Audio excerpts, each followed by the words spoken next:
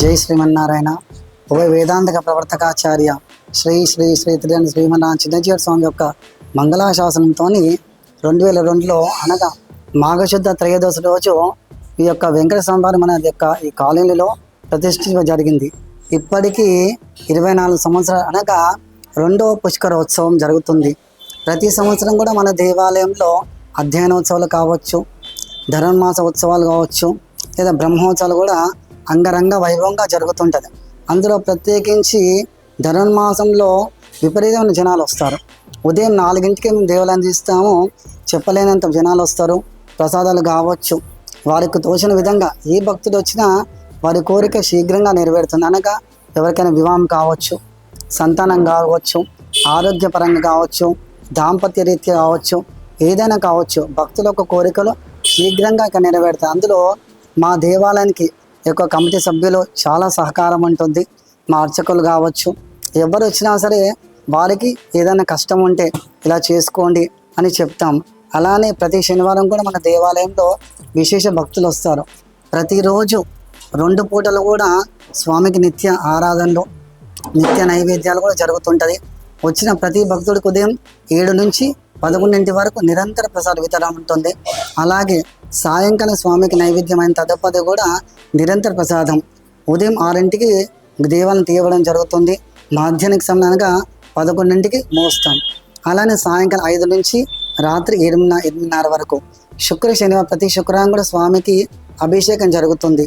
మన తిరుమల కావచ్చు, యాదాద్రిలో ఎలా అయితే శాస్త్రపరంగా అంటే శాస్త్రోక్తంగా ఎలా అయితే జరుగుతుందో అలానే స్వామివారికి అభిషేకం జరుగుతుంది. ప్రతి శనివారం కూడా వారికి తోచిన విధంగా ఎలా అయితే భక్తులు మనకు తులసి మాలలు కావచ్చు, పూలు తీసుకొస్తారు, వారికి అనుకూలంగా స్వామికి అలంకారాలు జరుగుతుంటుంది. ఈ శనివారం వచ్చిన అలంకారం వచ్చే శనివారం ఉండదు.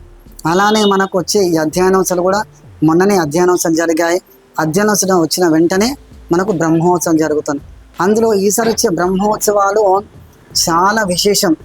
ఒక మనిషికి 12 ఏళ్ళకు పుష్కరోత్సవం అంటేనే చెప్పలేనంత ఆనందం. అందులో 2వ పుష్కరోత్సవం అంటే స్వామికి శక్తి ద్విగుణీకృతం పెరుగుతుంటుంది. 30వ తారీఖు సాయంకాలము విశ్వక్సేన ఆరాధన. సహజంగా మిగతా ఆలయాలు ఎలా ఉంటాయంటే గణపతి పూజ అంటారు, కానీ మన వైష్ణవ ఆలయంలో విశ్వక్సేన ఆరాధన, పుణ్యావాసనం, అంకురార్పణ, రక్షాబంధనతో ప్రారంభమై 31 ఉదయం అంటే శనివారం రోజు ఇలా విశ్వక్సేన ఆరాధన చేసుకొని అగ్ని ప్రతిష్ట, తదనంతరము దేవత ఆరాధన అంటే ధ్వజారోహణం. ఎవరికైనా మన యొక్క దేవాలయం ప్రత్యేకత ఏంటంటే బ్రహ్మోత్సవాలను ప్రత్యేకించి గరుడ ముద్ద అంటే సంతానం కోరిక అని చెప్పి ఈ గరుడ ముద్ద ఇవ్వడం జరుగుతుంది. దానికోసం చాలామంది వస్తారు. ఆ గరుడ ప్రసాదం ఎవరైతే తిన్నారో ఇప్పటి వరకు చాలామందికి కూడా సంతానం కలిగింది. అలానే 31 సాయంకాలము శేషవాహనం. ఉదయం అంటే ఫస్ట్ రోజు కూడా అగ్ని ప్రతిష్ట, దేవత ఆరాధన రోజు ప్రక్రియ కూడా జరుగుతుంటుంది. ఉదయం 2 పూటలు కూడా 4 వేదాలు అంటే ఋగ్వేదం కావచ్చు, ఇదా 4 వేద పారాయణం ఉంటుంది. సుందరాకాండ పారాయణము, రామాయణము, అలానే వేద పారాయణం, అలానే జపాలు, ఆ స్వామికి సంబంధించిన నిత్య జపాలు జరుగుతుంటుంది. మా ఫస్ట్ రోజు సాయంకాలము మనకు స్వామివారి కళ్యాణం జరుగుతుంది. అలానే 2వ రోజు ఉదయం కూడా దేవత ఆరాధన, సాయంకాలంలో హనుమత్ వాహనం ఉంటుంది.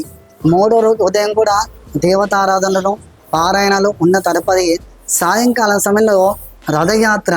ప్రతి సంవత్సరం జరిగే ఒక రథయాత్రకు భిన్నంగా ఈ సంవత్సరం ప్రత్యేకించి ఒక భక్తుడు అనగా సుమంతుడి ఒక ఆయన సొంత డబ్బులతోని సుమారు సార్ చెప్పినట్టు తన ఒక డబ్బుతోనే రథాన్ని చేయడం జరిగింది. ఈ సంవత్సరంలో ఇది ప్రత్యేకించి రథయాత్ర జరుగుతుంది. దీనికి మన సార్ చెప్పిన ప్రకారంగా అంగరంగ వైభవంగా జరుగుతుంది. అలానే 4వ తారీఖు ఉదయము ఈ యొక్క దేవత ఆరాధన ఎలా అయితే జరుగుతుందో జరిగిన తర్వాత మహాపూర్ణావతి అనగా ఈ 4 రోజులు ఎలా అయితే హోమం చేస్తారో దానికి సమాప్తం జరుగుతుంది. దాన్ని మహాపూర్ణావతి అంటారు. తర్వాత శతఘట్టాభిషేకం అనగా 108 కలశాలతోని స్వామివారికి అభిషేకం జరుగుతుంది. అభిషేకించిన ఈ యొక్క కొబ్బరికాయలు అందులో పెట్టిందని జరుగుతుంది. దానికి జరిగిన ఎవరైనా భక్తులు అడిగిన వారికి ఇవ్వడం జరుగుతుంది. అలానే 4వ తారీఖు సాయంకాలంగా శ్రీ పుష్పయాగం, ద్వాదశ ఆరాధనలు, ద్వాదశ భోగలంగా ద్వాదశ ఆరాధన అంటే 12 పరిక్రమలు ఆ యొక్క స్వామివారిని పలకలో పట్టుకొని 12 సార్లు ఈ యొక్క ప్రదక్షిణ చేస్తారు. ఒక్కొక్క ప్రదక్షిణకు ఒక్కొక్క విశేషమైన ఆరాధన ఉంటుంది. ఆ తర్వాత 12 ప్రదక్షిణలతోని ఈ యొక్క ఋత్విక్ సమనంతో ఈ యొక్క సమాప్తం జరుగుతుంది. జై శ్రీమన్నారాయణ. ప్రతి ఏటా ఇక్కడ ఉత్సవాలు అమాంతంగా పెరుగుతున్నాయా, అట్టే విధంగా చేస్తున్నారా? భక్తుల సంఖ్య పెరుగుతుందంటారా మీ అంచనా ప్రకారం? మేము అనుకున్న దానికంటే ఎక్కువ భక్తులు ఎక్కువ వస్తున్నారు. ఓకే. ఎందుకంటే వాళ్ళకు ఇక్కడ మేము అలాంటి సౌకర్యాలు చేస్తాం. కమిటీ వాళ్ళందరూ కలిసి, స్వామివార్లు కలిసి వచ్చిన భక్తులకు ఇబ్బంది లేకుండా, వాళ్ళకు ఇక్కడ దేవాలయానికి వచ్చేది ప్రశాంతత కోసం వస్తారు. వాళ్ళకి ఆ ప్రశాంతత అనేది మేము కల్పిస్తాం. ఇక్కడ ప్రసాదాలు కానీ దర్శనం కానీ ఎలాంటి ఇబ్బందులు లేకుండా ఆలయ దేవాలయ కమిటీ, ఇక్కడ ఉన్న స్టాఫ్ కానీ ఈ అర్చక బృందం కానీ ఎలాంటి ఇబ్బంది కలగకుండా చూస్తాం. కాబట్టి ప్రతి సంవత్సరం భక్తులు పెరుగుతూ ఉన్నారు, విపరీతంగా పెరుగుతూ ఉన్నారు. ప్రతి నెల కళ్యాణం జరుగుతుంది శ్రవణ నక్షత్రం రోజు. ఆ రోజు వచ్చిన అందరు భక్తులకు భోజనాలు ఏర్పాటు చేస్తాం. మన గోదావరి కళ్యాణం ఉంటుంది, శ్రీరామనవమి కళ్యాణం ఉంటుంది, బ్రహ్మోత్సవాల కళ్యాణం ఉంటుంది. వాళ్ళందరికీ కూడా మేము భోజనాలు ఏర్పాటు చేయడం. ఇంత విధంగా పూజలు చేస్తున్నారు కదా, మరి ఆదాయాలు మీకు సరిపోతున్నాయి అంటారే? గుడికి వచ్చే ఆదాయం ఇప్పటి వరకు అంటే మా దేవాలయానికి మేము చేస్తున్న కార్యక్రమం ఇక్కడ బ్యానర్ పెడతాం, ఎవరింటికి ఇలా డబ్బులు అడగము. ఓకే. మేము చేస్తున్నామంటే మేము ఒక ₹1,00,000 అనుకున్న ₹1,20,000 వస్తాయి మాకు. ఓకే.